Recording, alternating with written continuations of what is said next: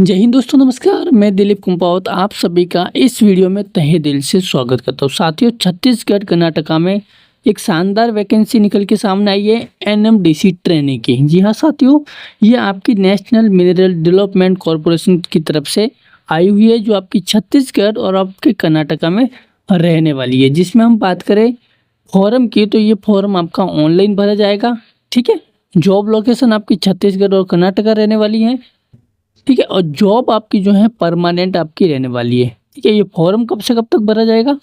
25 मई से लेके 14 जून तक आपके फॉर्म भरे जाएंगे, रात के 12 बजे तक। ओके जी।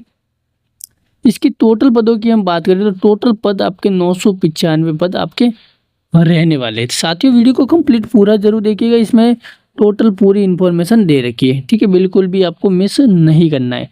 जिसकी हम फीस की बात करें तो फीस आपकी जो है नॉर्मली जनरल और ओबीसी कैटेगरी में आते हैं तो 150 रुपये फीस आपकी लगने वाली। बाकी जो भी अदर कैटेगरीज हैं वो निःशुल्क आवेदन आप कर सकते हैं। मात्र जनरल, ओबीसी और ईडब्ल्यूएस वाले को 150 रुपये फीस देनी पड़ेगी। बाकी जो भी कैटेगरी है वो निःशुल्क इसमें आवेदन कर सकेंगे। ठीक है, टोटल पोस्टें मैंने आपको बताई दी है। 995 पदों की वैकेंसी है। ट्रेनिंग की वैकेंसी है जिसमें अलग अलग पोस्टों की दे रखी है। जिसकी बात करें हम सबसे पहले तो फील्ड जो है अटेंडेंस की है, जो ट्रेनिंग में है 151 पद आपके दे रखे हैं। अगली है मेंटेनेंस असिस्टेंट, जो इलेक्ट्रॉनिक जो है इलेक्ट्रिकल ट्रेनिंग, जिसमें 141 पद दे रखे हैं। फिर आपकी रहेगी इलेक्ट्रॉनिक जीआर थर्ड ट्रेनिंग 41 पद की। फिर electronic technician GR third training की, जिसमें 6 पद दे रखे हैं। इसी तरह से एमसीयू जीआर थर्ड ट्रेनिंग, जिसमें भी आपके 36 पद आपके दे रखे हैं। ठीक है, इसी तरह से है ब्लास्टर जीआर सेकंड है ट्रेनिंग की, ये भी 6 पोस्टों की वैकेंसी आ रखी है। ठीक है, मेंटेनेंस असिस्टेंट ट्रेनिंग की ये 305 पद की वैकेंसी है। एससीएम मैकेनिक जीआर थर्ड की, इसमें 77 पोस्टों की वैकेंसी है। एससीएम ऑपरेटर थर्ड की, इसमें 228 पद हैं। क्यूसीए जीआर थर्ड की, इसमें आपके 4 पद दे रखे हैं। सब पद आपके अलग अलग दे रखे हैं। इसमें भी आपके जो है आईटीआई मांगी गई है।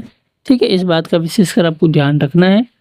ठीक है, अब इसमें क्या क्या क्वालिफिकेशन रहेगी हर पोस्ट की तो मैं आपको एक बार बता दूं। ठीक है, सबसे पहले आपकी रहेगी फील्ड असिस्टेंट की। इसमें आपके क्या रहेगा, इसमें आपको 8 पास होना बहुत ही जरूरी। मात्र आपको 8वीं पास होना जरूरी है, और साथ में आपके पास में क्या होना है, आईटीआई होना बहुत ही जरूरी। जिनके पास आईटीआई नहीं है वो इसमें फॉर्म अप्लाई नहीं कर पाएंगे। ठीक है, तो ब्लास्टर जी सॉरी जो ब्लास्टर जीआर थर्ड की थी सेकंड की, इसमें आपको 10th पास मांगा गया है। और साथ में जो है आपको ब्लास्टर जो mining mate certificate and first certificate 3 साल का आपके पास में एक्सपेंस सर्टिफिकेट होना अनिवार्य मांगा गया है। ठीक है, मेंटेनेंस असिस्टेंट में आपके पास में 10th पास होना जरूरी है। आईटीआई वो भी इलेक्ट्रिकल ट्रेड में आपके पास में होनी बहुत ही जरूरी है। ठीक है, मेंटेनेंस असिस्टेंट की बात करें तो इसमें 10th पास मांगा गया है। ठीक है, प्लस में आपको आईटीआई फिटर, ठीक है, जिसमें आपकी मैकेनिक हो गई, मोटर मैकेनिक हो गई, डीजल मैकेनिक, ऑटो इलेक्ट्रीशियन हो गई। तो इससे रिलेटेड जो है आपके पास में आईटीआई होना बहुत ही ज़रूरी है। फिर इलेक्ट्रिकल जीआर सेकंड थर्ड, जिसमें आपको diploma in electrical engineering with आपको इंडस्ट्रियल डोमेस्टिक इलेक्ट्रिकल, ठीक है, उससे रिलेटेड जो है आपके पास में सर्टिफिकेट होना बहुत ही ज़रूरी है। उसके बाद आपका रहेगा एचईएम मैकेनिकल जीआर थर्ड, जिसमें diploma in mechanical engineering with a valid heavy vehicle driving license. आपके पास में जो है डिप्लोमा होना बहुत ही ज़रूरी है मैकेनिकल से रिलेटेड, और साथ में आपको जो है हैवी ड्राइविंग लाइसेंस होना अनिवार्य मांगा गया है। उसके बाद आपके इलेक्ट्रिकल है मैकेनिशियन की, जिसमें आपका डिप्लोमा मांगा गया है। ठीक है, इलेक्ट्रॉनिक इंजीनियरिंग का। इसी प्रकार हम बात करें एचईएम ऑपरेटर की, तो इसमें भी डिप्लोमा मांगा गया है, और साथ में आपको automobile engineering with a valid heavy license driving license. ठीक है, उसके बाद बात करते हैं MCOGR थर्ड, जिसमें diploma in mechanical engineering with valid heavy license, इसमें भी सेम मांगा गया है। और अगली रहेगी QCA की, जिसमें आपको BSc पास आउट होना बहुत ही ज़रूरी है, जिसमें केमिस्ट्री या फिर जियोलॉजी दोनों में से एक सब्जेक्ट होना बहुत ही ज़रूरी है। और साथ में आपको 1 साल का एक्सपीरियंस होना भी अनिवार्य है। ठीक है जी। चलिए, तो अब हम बात करते हैं इसकी एज लिमिट की कि कौन कौन इसमें फॉर्म आवेदन कर सकते हैं। तो 18 से लेके 30 साल वाले जो हैं इसमें फॉर्म आवेदन कर सकते हैं। बाकी जिनकी SC ST OBC कैटेगरी आती है तो उनमें गवर्नमेंट के आरक्षण के हिसाब से अलग अलग छूट दे रही। जैसे कि बात करें हम OBC की, तो OBC में 3 साल की छूट मिलती है और SC ST वालों के लिए 5 साल की छूट मिलती है। तो इस तरीके से जो है एज में भी आपके छूट दे रखी है। बाकी नॉर्मली एज जो है आपकी 18 से लेके 30 साल होनी बहुत ही ज़रूरी है।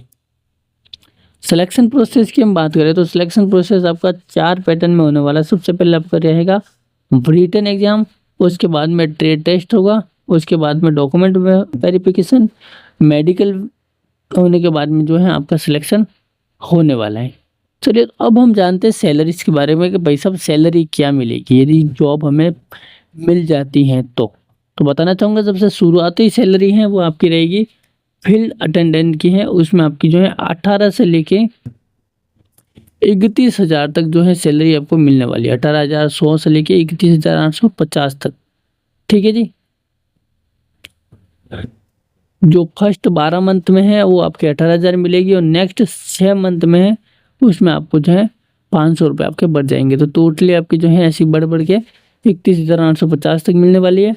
मेंटेनेंस असिस्टेंट की बात करें तो इसमें भी सेम है, 18 से लेके जो है 32,940 तक है। मेंटेनेंस असिस्टेंट में 18 से लेके 32,940। ठीक है। मास्टर की हम बात करें तो मास्टर में 19,000 सैलरी मिलने वाली है। 12 महीने तक 19,000 मिलेगी और 12 महीने के बाद नेक्स्ट जो 6 मंथ रहेंगे उसमें आपके 19,500 रुपये सैलरी मिलेगी।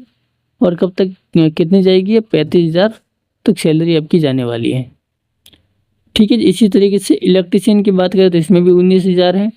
ठीक है। 6 महीने के बाद 19,500 और 35,040 रुपये आपको मिलने वाले। इसी तरीके से जो है अलग अलग फील्ड में अलग अलग आपकी सैलरी मिलने वाली जो आप देख सकते हैं। ठीक है। मैक्सिमम एज आपकी 30 साल है। ठीक है। मिनिमम आपकी 18 साल मांगी गई है। ओके जी। तो चलिए, अब हम जानते हैं सिलेक्शन प्रोसेस के बारे में, एग्जाम मोड के बारे में कि किन किन का जो है एग्जाम होगा, किन किन का ट्रेड टेस्ट होगा, किन किन का नहीं होगा। इस बारे में जानना बहुत ही आपको जरूरी है। ठीक है। सबसे पहले हम जानते हैं फील्ड अटेंडेंस ट्रेनिंग, जिसमें आपको सबसे पहले होगा OMR बेसिस टेस्ट। ठीक है। इसमें आपको जो OMR सीट पे आपका होने वाला है और फिजिकल टेस्ट इसमें आपका रहेगा फील्ड में। ठीक है। बाकी जो अदर कैटेगरीज हैं, मेंटेनेंस हो गई, असिस्टेंट हो गई, प्लास्टर हो गई, है ना, इलेक्ट्रीशियन हो गई, HEM हो गई, इसमें क्या होगा? सबसे पहले आपका CBT टेस्ट होगा जो कंप्यूटर बेसिस एग्जाम होता है। और उसके बाद में आपका ट्रेड टेस्ट होगा, जो भी आपका ट्रेड सर्टिफिकेट है, ITI है, जिससे रिलेटेड है, उससे रिलेटेड जो है आपका टेस्ट लिया जाएगा। ठीक है। खाली एक फील्ड असिस्टेंट की ऐसी पोस्ट है जिसमें आपको OMR सीट के आधार पर एग्जाम होने वाला है और आपका फिजिकल टेस्ट आपका रहने वाला है। बाकी सब सेम रहेगा। ठीक है। चलिए, तो अब हम जानते हैं इसकी एग्जाम पैटर्न के बारे में। तो सबसे पहले जो फील्ड असिस्टेंट है उसमें आपका क्या रहेगा? OMR बेसिस टेस्ट में आपका ये रहेगा, आपका 100 नंबर का पेपर रहने वाला है, जिसमें जनरल नॉलेज के 70 क्वेश्चन आएंगे और नंबरिकल एंड रीजनिंग एबिलिटी के 30 क्वेश्चन आपके रहने वाले हैं। बाकी जो अदर पोस्टें हैं उसमें आपका क्या रहेगा? ये भी आपका जो है 100 नंबर का पेपर रहने वाला है और इसमें आपकी क्या रहेगी? सब्जेक्ट नॉलेज रहेगा, ये ट्रेड से रिलेटेड, इसके आपके 30 नंबर का आपका पेपर रहने वाला है। ठीक है। और इसमें सेकंड पार्ट में आपका क्या होगा? जनरल नॉलेज के आपके 50 नंबर का पेपर रहने वाला है और नंबरिकल एंड रीजनिंग एबिलिटी का 20 नंबर का आपका ये पेपर रहने वाला है। ठीक है।